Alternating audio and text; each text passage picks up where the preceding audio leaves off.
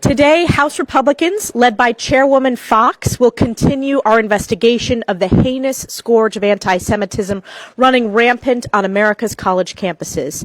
A few months ago, when the university presidents of Harvard, Penn, and MIT testified, they made history for their morally bankrupt answers as the most viewed testimony in the history of the United States Congress, and two are now former presidents.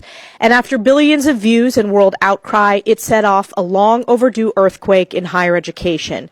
The Columbia University president was invited to that hearing but did not attend. Today, the Columbia president will appear in front of the Education and Workforce Committee along with Board of Trustees leaders, and we will hold them accountable for their failure to combat anti-Semitism on their campus and their failure to protect Jewish students. For over 200 years, Columbia University has held the same motto, quote, "In thy light shall we see light."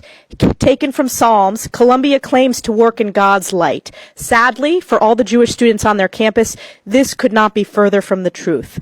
Fueled by hatred and ignorance, unchecked anti-Semitism has become commonplace on Columbia's campus. Nazi-era anti-Semitic propaganda litters the grounds, swastikas graffiti school property, and mobs assaulting Jewish students, professors openly supporting Hamas and calling for the genocide of the Jewish people.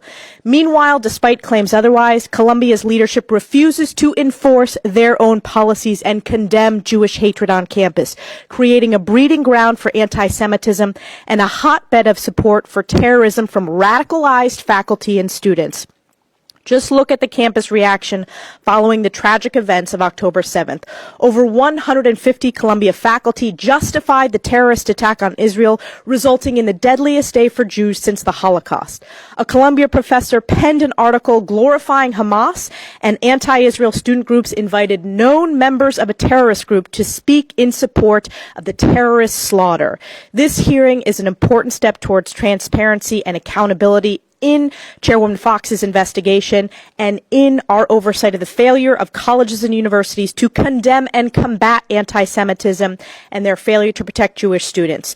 Before our hearing, we wanted to make sure that America hears the firsthand experiences directly from Jewish students studying at Columbia.